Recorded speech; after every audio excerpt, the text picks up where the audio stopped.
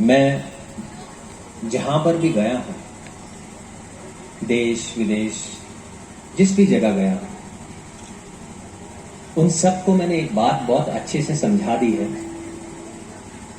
कि जब भी आप भारत में आएंगे और अगर आप नमो बुद्धाय बोलेंगे तो वो अधूरा होगा जब तक आप जय भीम नहीं कहेंगे।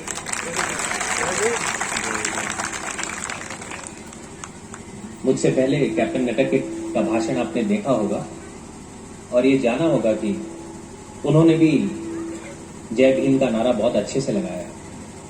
ये केवल नारा नहीं है, जय भीम का मतलब मैंने उन्हें बहुत अच्छे से समझाया कि जय भीम क्यों कहा जाता है। जय भीम इसलिए कहा जाता है कि जो एक बच्चा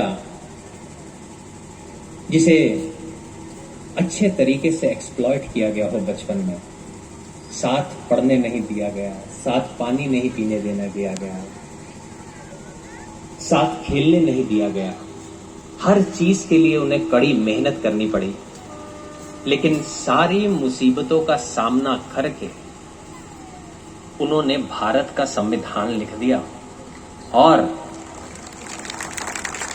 अपनी छवि ऐसी बनाई है कि आज जहां पर भी उनकी तस्वीर लगती है, हमारे देश के नहीं बड़े बड़े देशों के प्रधानमंत्रियों के सर उनके आगे, तस्वीर के आगे झुक जाते हैं।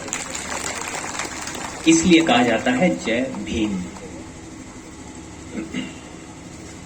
मैं आज आप सभी के बीच हूं और बनते राजरत्न जी काफी टाइम से हमसे बात कर रहे थे कि यहां पर आने की, मूर्तियां बांटने की, बुद्धिज्म को बढ़ावा देने की हमारी चर्चा काफी समय से चल रही थी, लेकिन कोविड के चलते प्रोग्राम जो है वो नहीं बन पा रहा था। तो मैंने उनको कहा था कि हर चीज का एक डिवाइन टाइम होता है। कोई ना कोई कारण होगा जो मैं वर्धा में नहीं आ पा रहा हूं, कोशिश जारी है लेकिन नहीं आ पा रहा हूं। लेकिन आज ये मालूम चला मैं क्यों नहीं आ पा रहा हूं। वो इसलिए नहीं आ पा रहा था क्योंकि मैंने यहां पर एक भिक्षु के रूप में आना था, इसीलिए आज मैं वर्धा में आपके सामने। अब जब यहां पर आया हूं, थाईलैंड की भिक्षु संघ मेरे साथ है। आप सभी को एक साथ ऐसे देखकर मेरी ताकत और बढ़ जाती है। मुझे लगता है कि वाकई में सभी लोग मेरे साथ हैं। जब कोई दिल से आता है ना किसी काम के लिए, तो उसकी वाइब्रेशन, उसकी फीलिंग कुछ अलग ही होती है। और आज मैं देख सकता हूं यहां पर किसी ने किसी को कोई लालच देकर नहीं बुलाया, किसी भी तरीके का। यहां पर लोग आए हैं तो बाबा साहब के लिए, बुद्धिज्म के प्रचार प्रसार के लिए, उसके लिए मैं आपको बहुत बहुत धन्यवाद करता हूं। मेरा सफर शुरू हुआ एक फिल्म से। एक कलाकार हूं, एक एक्टर हूं, एक हिंदू परिवार में पला बड़ा, और एक दिन अचानक से एक श्रीलंका से कुछ प्रोड्यूसर डायरेक्टर लोग आते हैं और मुझे कहते हैं कि हम एक फिल्म बना रहे हैं भगवान बुद्ध के ऊपर, तो उसकी ऑडिशन करना चाहते हैं। मुंबई में करीबन 300-400 लड़के, तो उन्होंने मुंबई में ऑडिशन किए, एक एक करके सबका टेस्ट लिया। बात आगे बढ़ती रही और कुछ महीनों के प्रयास के बाद मेरा सिलेक्शन हुआ कि आप जो है बुद्ध का किरदार निभाएंगे हमारी फिल्म। अब बुद्ध का किरदार निभाना था, बड़ा किरदार था, ज्यादा जानता नहीं था बुद्ध के बारे में। इतना मालूम था कि एक शांति का प्रतीक है बुद्ध, इससे ज्यादा कुछ नहीं। तो मैंने उनके बारे में पढ़ा, उनके पूरे जीवन के बारे में पढ़ा जानने के लिए। धम्म को भी पढ़ लिया साथ में। अब जब मैंने धम्म पढ़ लिया, उनकी जीवनी पढ़ ली, तो मैं बहुत हैरान हुआ कि इतना बड़ा धम्म का खजाना जो एक नॉर्मल ह्यूमन बीइंग को, एक नॉर्मल आदमी को सुपर आदमी बना सकता है, सुपर ह्यूमन बीइंग बना सकता है, वो धम्म हमारे सामने आज तक लाया क्यों नहीं गया? इसका कारण क्या है? ना तो स्कूल में हमें बताया गया, ना एजुकेशन सिस्टम में बताया गया धम्म के बारे में, ना कहीं और बताया गया। हाँ, एक शांति का प्रतीक है बुद्ध, ये बताया गया। अब वहां से मेरी शुरुआत होती है। मैं फिल्म करता हूं, दिल से करता हूं, जानता हूं, और वो फिल्म श्रीलंका में सारे रिकॉर्ड तोड़ देती है पिछले 70 साल के, और बहुत बड़ी हिट होती है। फिल्म हिट होने के बाद मैं और हमारे प्रोड्यूसर हैं, वो बुद्धिस्ट प्रोड्यूसर हैं, वो टिपिकल प्रोड्यूसर नहीं थे, वो बुद्धिस्ट थे। उन्होंने अपना घर बेचकर वो फिल्म बनाई थी। वो कहते कि ये मौका सबको नहीं मिलता ऐसा किरदार करने का, और आज आप सभी के दिलों में हो, तो मुझे लगता है आपको बुद्धिज्म का प्रचार प्रसार करना चाहिए, एक्टिंग को थोड़ा साइड में रखना चाहिए। मैंने कहा ठीक है, वो मेरी रोजी रोटी है, वो मैं करूंगा, लेकिन आपकी बात मुझे समझ में आती है और मैं चाहता हूं इसका प्रचार प्रसार होना चाहिए। हमने देश विदेश में जाकर वो फिल्म दिखाई, श्रीलंका के गांव-गांव जाकर फिल्म दिखाई, यहाँ तक कि जेलों में भी ये फिल्म जाकर दिखाई कि बुद्ध की जीवनी के बारे में उन्हें कुछ मालूम चल सके लोगों को। अभी सारी जगह ये मैं फिल्म दिखा रहा था, लोगों ने बड़ा प्यार दिया श्रीलंका में। फिर बारी आई कि हमें संघ नायक से मिलना है उनका आशीर्वाद लेने के लिए। तो उन्होंने मुझे कहा कि मैं गगन से क्यों मिलूं, ऐसा क्या है, कुछ खास नहीं है, वो एक एक्टर है। तो सबने कहा नहीं, वो बहुत प्रचार प्रसार कर रहा है बुद्धिज्म का, बहुत बढ़ावा दे रहा है, फिल्म देख रहा है, अपना उसने करियर जो है साइड पर कर दिया है, बहुत अच्छा लड़का है, आप एक बार उसे आशीर्वाद दीजिए। तो ये कह रहा आशीर्वाद साथ है, फिर भी कह रहे आप तो वो बात कर रहे हैं कि एक आदमी खुशियां बांटना चाह रहा है लेकिन वो खुद खुश नहीं है। मुझे बात समझ में आई नहीं। उसने कहा एक लड़का जो बुद्धिज्म का प्रचार प्रसार कर रहा है, जब उससे पूछते हैं वो खुद ही बुद्धिस्ट नहीं है, तो बुद्धिज्म का प्रचार प्रसार वो कैसे कर रहा है? तो बात कुछ समझ में आई मेरे दिल और दिमाग से, तो बुद्धिस्ट हो ही चुका था, एक प्रक्रिया पूरी करनी थी। तो 2014 में मैंने ये डिसीजन लिया कि सबसे पहले तो मैं बौद्ध हुआ कि भाई मैं आज से बुद्धिस्ट, ऑफिशियली बुद्धिस्ट हूं। अब जब श्रीलंका में किया, वियतनाम में किया और बड़े सारे देशों में जब प्रसार कर रहा था, तो एक क्वेश्चन उठकर आता था, जी बुद्ध तो भारत के थे, धम्म भी भारत से आया, आज बुद्धिज्म की पॉपुलेशन जो है पूरे वर्ल्ड में तीसरे नंबर पर है, लेकिन भारत में बुद्धिस्ट पॉपुलेशन करीबन 1 या 2% से ज्यादा नहीं है। उसका कारण क्या है और उसके लिए आप क्या कर रहे हो? जब ये प्रश्न किया गया तो मेरा दिमाग ठनका, बात सही कि क्या कर रहा हूं मैं इंडिया आया। अब इंडिया में आने के बाद अब बाबा साहब के बारे में मुझे सिर्फ इतना मालूम था कि उन्होंने हमारे देश का संविधान लिखा है और उनके जन्मदिन के ऊपर, अंबेडकर जयंती के दिन हमारे स्कूल में छुट्टी होती है, बस इससे ज्यादा कुछ नहीं। यही है एजुकेशन में। एक ऐसे लिखने के लिए आता थे 3-4, उनमें एक नाम बाबा साहब का भी था। तो मैंने कहा ठीक है, मैं पढ़ा। जब मैंने पढ़ा उनकी जीवनी के बारे में, मैं फिर सोच में पड़ गया। मैंने कहा अगर आज 1 या 2% भी बुद्धिस्ट इस देश में है तो उसका एकमात्र कारण बाबा साहब अम्बेडकर जी ही हैं। मेरे रोल मॉडल बने। फिर मैंने थोड़ा सा और पढ़ा उनके बारे में, तो बहुत अच्छा लगा और आज उनको फॉलो मैं कर रहा हूं। उनका एक सपना था बौद्धमय भारत का, तो मेरे मन में ये बात कहीं ना कहीं चली गई थी कि बौद्धमय भारत की हम बात करते हैं। अच्छा, हम बौद्धमय भारत की जब बात करते हैं तो ये याद रखिए, हम बौद्धमय भारत का मतलब है एनलाइटनिंग इंडिया, एक जागृत भारत जिसको सच्चाई का सामना, जिसको हम सच्चाई से सामना करा दें, जहां सुपरस्टिशन की कोई जगह ना हो, सत्य क्या है वो जान लें, एक ऐसा भारत, उनका सपना। अब मैंने सोचा कहां से शुरुआत की जाए। काफी सोचा, सोचते सोचते उस जगह पर पहुंचा जहां सम्राट अशोक मेरे सामने आए। अब मैंने देखा कि उन्होंने, वो सम्राट थे, 84,000 स्तूप उन्होंने बनवाए थे भारत में। मैंने कहा अगर वो 84,000 स्तूप बनवा सकते हैं तो मैं तो सम्राट तो नहीं हूं, लेकिन हाँ 84,000 मूर्तियां दान करने की कोशिश जरूर करता हूं। और ये संकल्प ले लिया। ये भी बड़ा संकल्प था। वो संकल्प लेने का कारण था। मैं महाराष्ट्र के छोटे छोटे गांव में गया, कई बिहारों में गया, और मूर्तियों की स्थिति दयनीय थी। ऐसे लगता था यार इनके पास एक मूर्ति नहीं है अच्छी सी प्रार्थना करने के लिए भगवान बुद्ध की। ये गलत। कई लोग तो फ्रेम लगाकर भी अपना विहार चला रहे हैं, फ्रेम में फोटो रखता हूं। तो उस दिन मैंने सोच लिया था कि ये मेरा संकल्प है, और आज मैं आपसे वादा भी करता हूं सबके सामने कि भारत में एक भी विहार ऐसा नहीं होगा जिसके पास अच्छी बुद्ध की मूर्ति नहीं होगी। वहां से 84,000 मूर्तियों का दौर शुरू हुआ, आगे बढ़े, कई हजार छोटी मूर्तियां दान की, बड़ी भी कुछ विहारों में दी।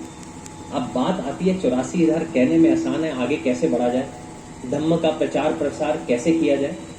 तो मुझे ये कहा गया, अपने जितने भी गुरु थे बनते लोग, उन्होंने कहा पहले धम्म का ज्ञान थोड़ा सा और आपको लेना चाहिए। जब तक धम्म का ज्ञान नहीं लेंगे बात आगे नहीं बढ़ेगी। तो वो सोचकर मैंने कहा चलो 15 दिन के लिए श्रामनेर बनते हैं थाईलैंड में, जो कि एक बुद्धिस्ट कैपिटल, वहां जाते हैं। तो मैं गया वहां, श्रामनेर बना, और ये संयोग की बात कि जो मास्टर हैं, ये मैं सत्य कह रहा हूं, ये संयोग की बात है, नाम वही देते हैं मास्टर। और जब नाम मेरा उन्होंने रखा तो मैं भी सोच में पड़ गया कि ये बात, वो 80 साल के हैं, उन्हें कुछ मालूम नहीं है, उन्होंने ऑर्डिनेशन करना था, तो मुझे उन्होंने नाम दिया भंते अशोको। मैं बहुत खुश हुआ, मगर कहीं ना कहीं मैं सही दिशा में जा रहा हूं। अब वहां पर जब मैं श्रमण बना तो लोगों से मैंने रिक्वेस्ट किया कि भारत के लिए मुझे भगवान बुद्ध की मूर्तियां चाहिए, क्योंकि भारत में मुझे रिवाइवल ऑफ बुद्धिज्म करना है, जो बाबा साहब ने 1956 में शुरुआत की थी, जिसकी गति आज बहुत ही धीमी है। तो पहला दिन होता है, हम बैठे हैं तो कुछ 15-20 लोग बेचारे एक एक छोटी मूर्ति अपने हाथ में लेकर आकर संगदान के रूप में मुझे देकर गए। मुझे अच्छा लगा कि एक अच्छी शुरुआत हुई। ऐसे दूसरा दिन हुआ तो 15-20 के थोड़े से 20-30 लोगों के, बात बढ़ती गई। एक हफ्ता बीता तो 100 लोग विहार के बाहर खड़े थे लाइन में, सबके हाथ में एक एक मूर्ति थी। 10 दिन बीते तो भंते लोग अलग अलग टेम्पल से, अलग अलग विहारों से मुझे कांटेक्ट करने लगे और मुझे बुलाया उन्होंने। मैं पहले विहार में गया तो उन्होंने कहा हमें बहुत अच्छा लग रहा है कि ये जो धम्म आपने हमें दिया है, भारत ने हमें दिया है, और आपकी कोशिश ये है कि वापस धम्म जो है भारत में फैलाने की आप कर रहे हैं, तो मेरा टेम्पल एक छोटी सी भेंट स्वीकार करिए, आपको 10 बड़ी मूर्तियां दे रहा हूं और 2000 छोटी मूर्तियां दे रहा हूं। ये पहली शुरुआत। उसके बाद मंजर ये आ गया कि रोज घंटों तक लाइन लगी रहती है। बुजुर्ग लोग अपने घर के जो उनके विहार हैं, जो ऑल्टर हैं, जहां वो भगवान बुद्ध की पूजा करते हैं, 50 साल से, 30 साल से, 10 साल से, पूरा का पूरा अपना जो उनका विहार घर के अंदर है, वहां से मूर्तियां उठाकर मेरे पास लाने लगे। आज हजारों की तादाद में बूढ़े, बुजुर्ग, बच्चे, जवान हाथ कांप रहे हैं, लेकिन वो अपने घुटनों में बैठकर मूर्ति देने की उनको एक चाहत है और आंखों में आंसू कि आप प्यार से कहते हैं कि ये मूर्ति मेरी ना भारत में ले जाइएगा, इसकी पूजा होगी तो बहुत मुझे पुण्य की प्राप्ति होगी। तो इस चाहत के साथ वो लोग हमारे साथ जुड़ गए। अब बात यहां तक भी नहीं रुकी। अब जब यहां तक बात रुकी तो बात राजा और रानी के पास भी पहुंच गई थाईलैंड में। तो उन्होंने सबसे पहले मेरे लिए संगदान भेजा वहां के राजा और रानी ने, जो कि मेरे लिए बहुत बड़ी बात थी, आशीर्वाद था एक तरह से। जब ऐसा हुआ तो अगले दिन बात प्रधानमंत्री तक भी पहुंची और उनके सेक्रेटरी खुद आए अपने परिवार के साथ, मूर्ति के साथ संगदान दिया और मुझे आश्वासन दिया आपको जितनी भी मूर्तियां चाहिए होंगी आप भारत एक बार होकर आइए, बैठकर बात करेंगे, आपको जितनी मूर्तियां चाहिए होंगी भारत के लिए वो सारी मूर्तियां आपको दिलवाएंगे। मैं ये सोच में था कि गवर्नमेंट उपासक उपासिका, महासंघ सारे मेरे साथ जुड़ गए थाईलैंड में। अब कुछ लोग मेरे पास आए और कहा ये हजारों मूर्तियां मेरे पास रखने की अब जगह नहीं है, भर गया सारा विहार भर गया, वहां पर अभी मूर्तियां रखने की जगह नहीं है। मैंने उनको कहा इन्हें मैं वापस भारत में कैसे लेकर जाऊंगा? एक कंटेनर भेजेंगे तो लाखों रुपए का खर्चा है, और कितने कंटेनर जाएंगे तो मैं भी नहीं जानता, इतनी हजारों मूर्ति। तो सारे लोग हमारे पास आए, वहां का एयरफोर्स कमांडर जो है मुझे संगदान देने आया। उन्होंने कहा अगर आप ये काम नहीं कर पाए तो मैं आज आपसे वादा करता हूं एक जहाज जो है यहां से मैं खुद उड़ाकर लेके जाऊंगा, मूर्तियों से भरा, और भारत में देकर आता हूं। आपको मैं ये बातें इसलिए बता रहा हूं, आप उनका जज्बा देखिए थाईलैंड का, वो हमारा कितना आदर करते हैं कि हमें मूर्तियां देने के लिए कितने उत्सुक हैं, भारत में रिवाइवल के लिए कितने उत्सुक हैं। मैंने उनको कहा कि मुझे बहुत अच्छा लगा कि आपने ये सब कुछ किया, लेकिन एक शख्स है, आपने आज हजारों मूर्तियां दी, लेकिन एक शख्स ऐसा है जो मेरे लिए सबसे ज्यादा पूजनीय है भारत, और उनका नाम है बोधिसत्व बाबा साहब अम्बेडकर। मैंने कहा एक शुरुआत और भी करना चाहता हूं। बुद्ध की मूर्तियां यहां तो आ रही, लेकिन एक शुरुआत करना चाहता हूं कि बाबा साहब की मूर्ति भी थाईलैंड में जगह जगह लगनी चाहिए। ये बात सुनते ही जो रॉयल मोनेस्ट्री में जहां मेरा ऑर्डिनेशन हुआ है, उनके जो चीफ मंक आए, उन्होंने मुझे कहा कि बाबा साहब की पहली मूर्ति मैं अपनी रॉयल मोनेस्ट्री में लगाऊंगा, और वो मूर्ति की उन्होंने इजाजत दे दी। बाबा साहब के विचार भी वहां जाने चाहिए। अब समय यह है कि हमें आगे बढ़ना है। अब सब लोग कहते हैं कि बौद्धमय भारत की आप बात कर रहे हैं, हिंदू राष्ट्र है, ये है वो है, सब रोकेंगे आपको, कैसे करोगे आप? मतलब आप बौद्धमय भारत तो बहुत बड़ी बात। मैंने कहा आप तो वही बात कर रहे हैं कि आपके सामने एक खाने की थाली पड़ी है, एकदम उसमें अच्छी अच्छी डिशेस पड़ी हैं खाने के लिए, लेकिन आप देख रहे हैं और उसकी तारीफ कर रहे हैं। आपको भूख लगी है और आप उसको देखी जा रहे हैं और तारीफ किए जा रहे हैं। क्या आपकी भूख मिटेगी? नहीं। जब तक वो खाना खाएंगे नहीं, भूख कैसे मिटेगी?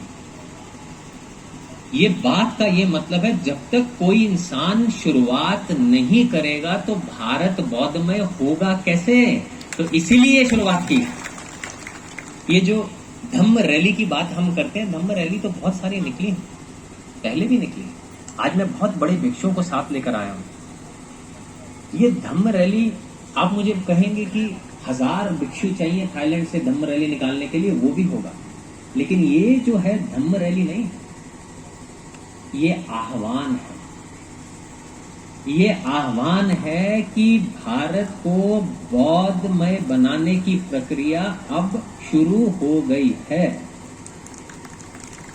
अब ये सब कुछ करने के लिए मैंने और बहुत सारी चीजें स्टडी की। मैंने कहा कि भारत में बुद्धिज्म कम है क्यों, ये भी जानना जरूरी है। जब मैंने उसे पढ़ा तो मुझे समझ में आया कि उसका कारण कोई और है ही नहीं, उसके कारण तो हम खुद ही हैं। वो सिर्फ हमारे कारण ही आज बुद्धिज्म इतना कम है। हमारे अंदर एकता की कमी है। जब भी कोई आगे बढ़ना चाहता है तो हम में से ही कोई बुद्धिस्ट निकल के आता है और कोशिश करता है कि उसकी टांग खींच के मैं नीचे ले आऊं, और अपना नाम बड़ा करने की कोशिश करने की जिद में वो ये भूल जाता है, ऐसा करके ना वो अपना फायदा कर रहा है ना दूसरे का नुकसान कर रहा है। वो सिर्फ एक ही काम कर रहा है कि वो बुद्धिज्म का नुकसान कर रहा है। और दुख की बात ये है, ऐसा कार्य कौन करता है? जो बहुत ही पढ़े लिखे लोग हैं, जिन्हें मैं कहता हूं कि जब वो बहुत ज्यादा कई बार कई लोग पढ़ लिख लेते हैं तो अनपढ़ हो जाते हैं, तो उनको मैं पढ़ा लिखा अनपढ़ कहूंगा कि जो ये तो सोच ही नहीं रहे हैं। मैं कहीं जाता हूं तो आप सबके बीच में देखता हूं, सुनता हूं, हमारे बाबा साहब सब हमारी बात करते हैं। अरे बाबा साहब, हमारे बाबा साहब अम्बेडकर। जब किसी प्रोग्राम में जाता हूं, कोई बुद्धिस्ट प्रोग्राम में, तो वहां ये सुनाई देता है, ये मेरा प्रोग्राम है भाई, उसको जरा सा ज्यादा कुछ बोलने मत देना।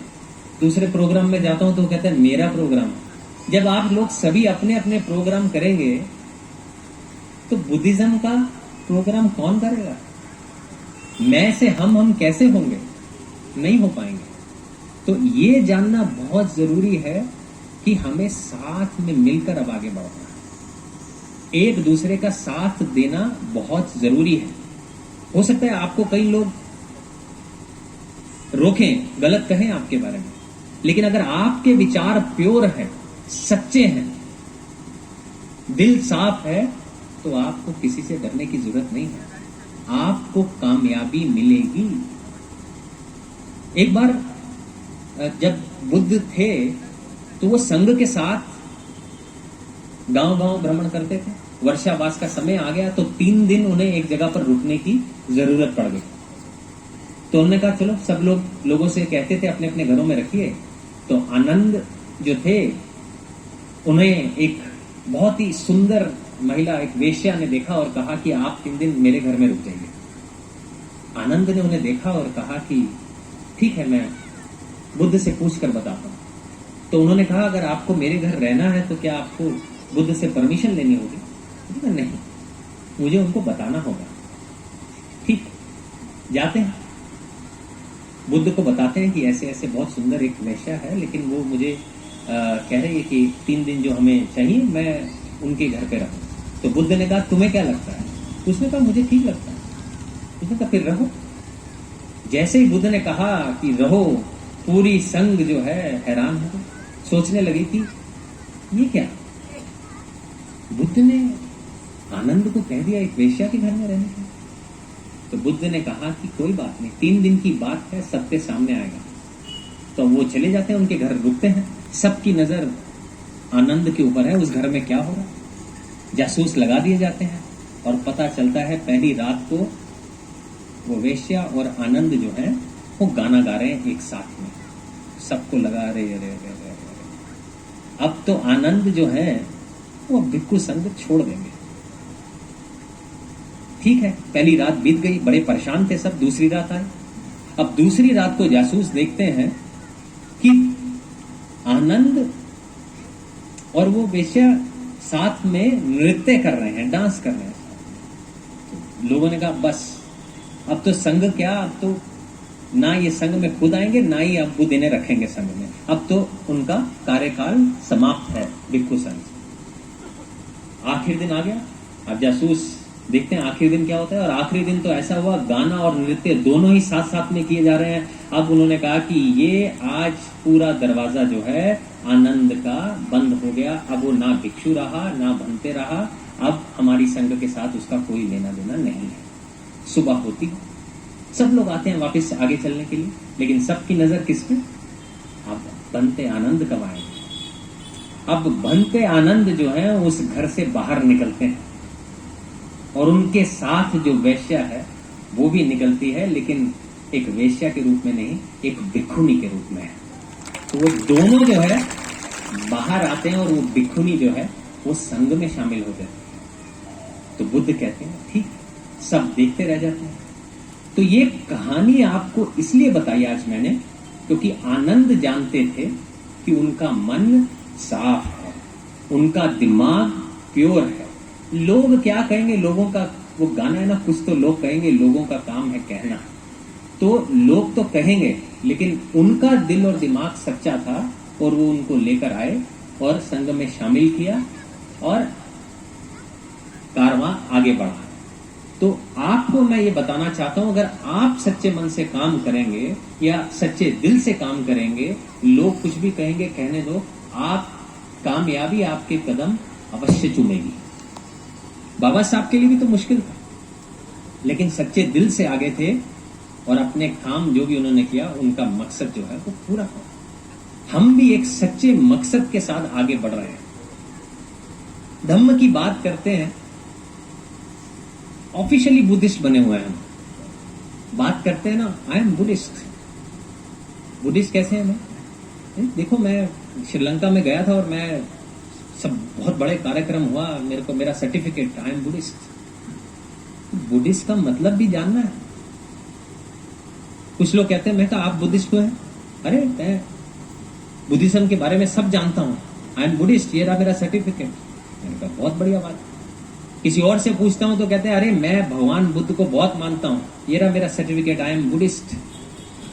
मैंने कहा ये भी सही बात, लेकिन वो ये भूल गए बुद्धिज्म ना तो जानने का है और ना मानने का है। बुद्धिज्म केवल आचरण का है। अगर आप आचरण करते हैं धम्म का तो ही आप बुद्धिस्ट हैं, नहीं तो किस बात के बुद्धिस्ट हैं। और जब आचरण करके बुद्धिस्ट बन जाते हैं तो भी आप कंप्लीट बुद्धिस्ट नहीं हैं। कंप्लीट बुद्धिस्ट आप तब हैं जब आप बुद्धिज्म का प्रचार प्रसार करते हैं। तो ये बात आपको अपने जहन में अच्छे से डालनी है। अब धम्म की बात करते हैं, कई सारी चीजें सीखी। मैंने अपने गुरु से पूछा, जो बनते थे वहां, मैंने कहा मैं मेडिटेशन में बैठता हूं, कई बार वैसे बैठता हूं, मेरे मन में गलत विचार बहुत आते हैं। जो गलत चीज है उसकी तरफ मैं बड़ा अट्रैक्ट होता हूं। अगर मुझे कुछ पार्टी करने जाना है, एक एक्टर हूं, बॉलीवुड की दुनिया है, पार्टी करना चाहता हूं तो पार्टी की तरफ से बहुत मन करता है। कोई मुझे बोले बिहार में चलो तो मैं कहता हूं नहीं, मैं पार्टी की तरफ दिल बहुत करता है। अगर हो सकता है मन मार के वहां चला जाए, लेकिन दिल पार्टी में जाने का करता है। कोई सुंदर लड़की अगर मेरे सामने खड़ी है, कोई लड़कियां खड़ी हैं और दूसरी तरफ एक जरूरी कोई काम है, तो मेरा ध्यान फिर भी सुंदर लड़की की तरफ जाता है कि मैं वहां जाऊं, उससे कुछ बात कर लूं। ये सत्य बोल रहा हूं, ये सच है। कोई हंसी मजाक हो रहा है, नाचना गाना हो रहा है, मेरा मन करता है वहां जाऊं। गलत काम में कहीं पैसा ज्यादा आता है तो कई बार दिमाग जाता है, अच्छा थोड़ा पैसा ही कमा लूं, चाहे गलत से आ रहा है कोई बात नहीं, पैसा तो आ रहा है, ध्यान जाता है वहां। क्या करूं? जाना नहीं चाहता हूं, सीखना चाहता हूं, लेकिन करूं क्या? धम्म क्या कहता है ये तो बताइए। कहते कि आपको ये जानना होगा। 3 चीज उन्होंने कही कि अगर इन सारी चीजों से आपको परे होना है तो दिमाग को अपने को स्ट्रांग करना होगा। मैं कहा जी दिमाग कैसे स्ट्रांग? कहते सती, समाधि और पन्या। मैंने कहा जी थोड़ा सा समझाइए। कह रहे कि समाधि, मेडिटेशन, इसीलिए बुद्ध ने कहा है सबसे जरूरी है। जब आप मेडिटेशन करते हैं तो आपके दिमाग को विटामिन मिलता है। वो कहते हैं कि आपका जो दिमाग है वो आप समझ लिए एक राजा का पैलेस है, जिसकी कोई चार दीवारी, कोई खिड़की नहीं है और राजा बीच में बैठा हुआ है आपके दिमाग के बीच में। और जब दूसरा राज्य उस पर अटैक करता है, जब दूसरा राज्य उस पर अटैक करता है तो उसको तो कोई दीवारें मिलती नहीं, वो कहीं से भी आ सकते हो। तो खाली बैठा है मैदान में, ना कोई दीवार है, ना कोई रोकने के लिए कोई ताकत यहां खड़ी है जो उनका सामना कर सके। बात तो सही है। कहते हैं इसलिए क्या होता है, ग्रीड, लालच, गुस्सा, डिजायर्स, ये जो मैं सारी बातें कही हैं, जितनी भी खराब चीजें हैं, वो सारी अंदर हमारा जो है हर तरीके से अटैक करता है, मार सब तरफ से। उसको कोई रोक ही नहीं है, वो राजा की तरफ आ रहा है तो कोई भी अटैक कर देगा। अब आप दीवारें कैसे बनाएंगे? दीवार सती, समाधि और पन्या। कहते समाधि, पहले मेडिटेशन करना शुरू करो। जैसे जैसे आप मेडिटेशन करते जाएंगे धीरे धीरे आपकी दीवार ऊंची होगी। मेडिटेशन से क्या होगा, सती यानी कि माइंडफुलनेस, अवेयरनेस, वो बढ़ेगी। आप जो भी कार्य कर रहे हैं आप सतर्कता से करेंगे। आप जब कोई पेपर लिख रहे होते हैं तो पूरे ध्यान से लिखते हैं। अगर आप किसी जगह पर चल रहे हैं, आजू बाजू खड्डा है, तो कैसे चलते हैं ध्यान से कि मैं गिर ना जाऊं। वो माइंडफुलनेस आपके अंदर पैदा करता है। जब आप मेडिटेशन आप करते हैं, माइंडफुलनेस पैदा होती जाती है। आप इतने सतर्क हो जाते हैं कि सही और गलत की पहचान करने लगते हैं कि गलत कहीं कदम ना उठा लो, वो ताकत मिलती है। जब माइंडफुलनेस आपके अंदर आनी शुरू होती है तो विजडम ग्रो होता है। बुद्धि जो है वो बहुत अच्छे से काम करने लगती है। ये जो 3 चीजें हैं वो दीवारें खड़ी होनी शुरू हो जाती हैं। फिर जो मारा रूपी चीजें आपको अटैक कर रही हैं, वो अंदर आ ही नहीं पाती, क्योंकि अब आपने दीवारें खड़ी कर दी, आपका ध्यान जाएगा ही नहीं। मैं कहा क्या ये सत्य है? कह रहे इसीलिए कहता हूं जानने और मानने का बुद्धिज्म नहीं है, आचरण का है धम्म। आज से प्रैक्टिस शुरू करो और 1 महीने बाद बात करेंगे और आप मानेंगे नहीं, ये बात सत्य है। जब पहली बात सत्य कही, मेरा ध्यान जा रहा है तो जा रहा है, लेकिन 1 महीने के बाद 1 महीने की प्रैक्टिस से मेरा दिमाग वो सारी गलत चीजों से परे होने लगा। एक अलग सा सुख महसूस होने लगा, जो आचरण करके ही होता है वो आने लगा। तो जब हम धम्म की बात करते हैं तो ये 3 चीजें आज श्रवण मैं आपको देकर जाता हूं कि अपने जीवन में इसे लाने की आप कोशिश करिए। जब मैं बौद्धमय भारत की बात करता हूं तो आप प्लीज ये मत समझिएगा कि हम कन्वर्जन्स की बातें कर रहे हैं। जब हम बौद्धमय की भारत की बात करते हैं तो जागृत भारत की बात करते हैं। बुद्धिज्म तो सभी धर्मों को जोड़ने का काम करता है। वो तो ये चाहता है कि आप सारे धर्म एक साथ जुड़ें। बुद्धिज्म धर्म नहीं है, जीने का तरीका है। बुद्धा की टीचिंग्स जो है आपको एक अच्छा इंसान बनाती हैं, और ये बात तय है, आप किसी भी कास्ट, कलर, रिलीजन, क्रीड कहीं से भी हैं, अगर आप बुद्ध के विचार अपने जीवन में लाएंगे तो आप बेहतर हिंदू, बेहतर क्रिश्चियन, बेहतर मुस्लिम या बेहतर सिख, मैं यूं कहूं तो एक बेहतर इंसान बनकर निकलेंगे। ये बुद्ध की टीचिंग्स है। तो हमें क्या करना है? एक बेहतर इंसान बनना है। अगर हम बेहतर इंसान बनेंगे तो ये सोसाइटी बेहतर बनेगी। ये सोसाइटी बेहतर बनेगी तो ये देश बेहतर बनेगा। आज मैं एक चीज नोट करता हूं, कई सारी चीजें मुझे दुख देती हैं, बहुत काम करना है ऐसे लगता है, लेकिन आपके जैसे आज देखता हूं तो ऐसे लगता है मेरे साथ सब लोग हैं। आज कोई बुद्धिज्म की बात करते हैं तो कोई एक अच्छा सा मैसेज निकला एक जगह से, तो मैं देखता हूं वो घूमता कहाँ है? केवल बुद्धिस्ट ग्रुप में। बुद्धिस्ट ग्रुप से तो वो बाहर जाता ही नहीं है। अरे मेरे ग्रुप में शेयर करना, वो बुद्धिस्ट में मेरे में करना। बुद्ध का धम्म क्या खाली बुद्धिस्ट लोगों के लिए था? ऐसा तो नहीं, वो धम्म तो सभी के लिए। तो हम तालाब से कब निकलेंगे? हमें तालाब से निकलकर समुद्र में आना है। मीडिया में मैं बहुत सारी डिबेट देखता हूं, कई बार देख रहा होता हूं, बहुत सारे लोग बहुत सारी बातें कर रहे होते हैं। वहां तो मुझे कोई हमारा स्कॉलर, कोई लर्नेड बनते तो दिखता नहीं है। कोई ए ग्रेड आज तक में या एबीपी में या जो मेन ए स्ट्रीम न्यूज चलती है पूरे भारत में, वहां तो डिबेट करते दिखते क्यों नहीं है? क्योंकि हम तालाब से निकल ही नहीं रहे। हम समुद्र में आएंगे तो हमारे विचार, हमारी बात लोगों तक पहुंचेगी। क्या आपको लगता है कि जो बनते या स्कॉलर धम्म में परिपूर्ण होगा, वो क्या जब डिबेट में कभी किसी से हार सकता है? कभी नहीं हार सकता, क्योंकि सबसे प्रैक्टिकल साइंटिफिक जीने का अगर कोई तरीका है तो वो बुद्ध का धम्म ही है, उसे कोई नहीं हरा सकता। तो हमारी कोशिश ये है कि अब समुद्र में आने का समय आ गया है। मैं एक और चीज देखता हूं, कई बार हम अपने बच्चों के दिमाग में, बुद्धिस्ट लोग, बेटा बच्चा बड़ा हो रहा है, हमारे साथ बहुत अत्याचार हुए, एक्सप्लॉयटेशन किया गया, ब्राह्मणों ने बहुत एक्सप्लॉयटेशन किया, अब हमारा कोटा भी है, हम दलित थे, हम बुद्धिस्ट बने, हम ऐसा हुआ वैसा हुआ। आप अपने बच्चे के अंदर पहले से ही वो सारी चीजें डाल रहे हैं कि उसको शायद पूरे तरीके से निकलने का मौका ही ना मिले।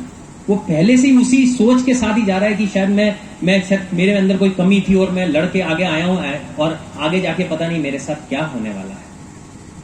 ये करना अब आप छोड़ दीजिए। आपका बच्चा बाबा साहब का बच्चा है, उसमें वो कमी बचपन से भरनी शुरू मत कीजिए। वो बातें करने ही छोड़ दीजिए। जो चीजें मिलती हैं सरकार दे रही है वो एक अलग बात है, मैं उसमें विषय नहीं कर रहा, वो आप लीजिए, लेकिन बच्चे को इस तरह से ग्रो मत करिए कि कहीं ना कहीं उसके दिमाग में थॉट आए शायद मैं कहीं किसी से कम हूं। वो कहीं किसी से कम नहीं है। और जो बुद्धिस्ट बच्चा पैदा हुआ है, वो याद रखिए, वो पिछले कई जन्मों के अच्छे कर्म होंगे और इस जन्म के कर्म होंगे, तब जाकर वो एज बुद्धिस्ट पैदा हुआ है। आप ऐसे बुद्धिस्ट पैदा नहीं हो सकते। बुद्ध ने कहा है, धम्म की बात अगर हम करें तो उन्होंने कहा है कि जीवन दुख है और कुछ नहीं, और दुख का एक क्योर है उनके पास, वो बुद्ध के धम्म में है कि निर्वाण की प्राप्ति आपको कैसे करनी है। धम्म ही आपको लेकर जाएगा निर्वाण की ओर, और कुछ नहीं लेकर जाएगा। मैं प्रतिमाओं की बात करता हूं, कई लोगों के क्वेश्चन बहुत उठते हैं मेरे ऊपर, मैं जानता हूं, अरे आप मूर्तियों की फिर बातें कर रहे हैं, बुद्ध ने तो कहा था कि मूर्ति पूजा से दूर हो, आप फिर मूर्तियां बांट रहे हैं। मैंने कहा बात तो आपकी सही है, लेकिन मैंने कहा बुद्ध ने विजडम की भी बात की है, मौके की नजाकत क्या कहती है इसकी भी बात की है। लकीर के फकीर होना उन्होंने नहीं सिखाया। आज की जरूरत क्या है, पहले ये बात करिए। चलिए, मैंने उनको कहा आप मुझे पहले ये बताइए कि पहले बुद्ध आए थे कि पहले धम्म आया था। तो उन्होंने कहा पहले तो बुद्ध ही आए थे। तो मैंने कहा आज भारत में बुद्धिज्म लुप्त हो रहा है, तो पहले मैं बुद्ध को ला रहा हूं, जब बुद्ध आएंगे तो धम्म उसके बाद आएगा। और जो असली कोशिश है वो यही है कि धम्म लेकर आना है, मूर्ति नहीं। मूर्ति तो एक साधन है कि मैं सारे लोगों को एक साथ इकट्ठा करूं, और ये मूर्तियां केवल बुद्धिस्ट लोगों के पास नहीं जाएंगी, ये सभी धर्मों के पास जाएंगे।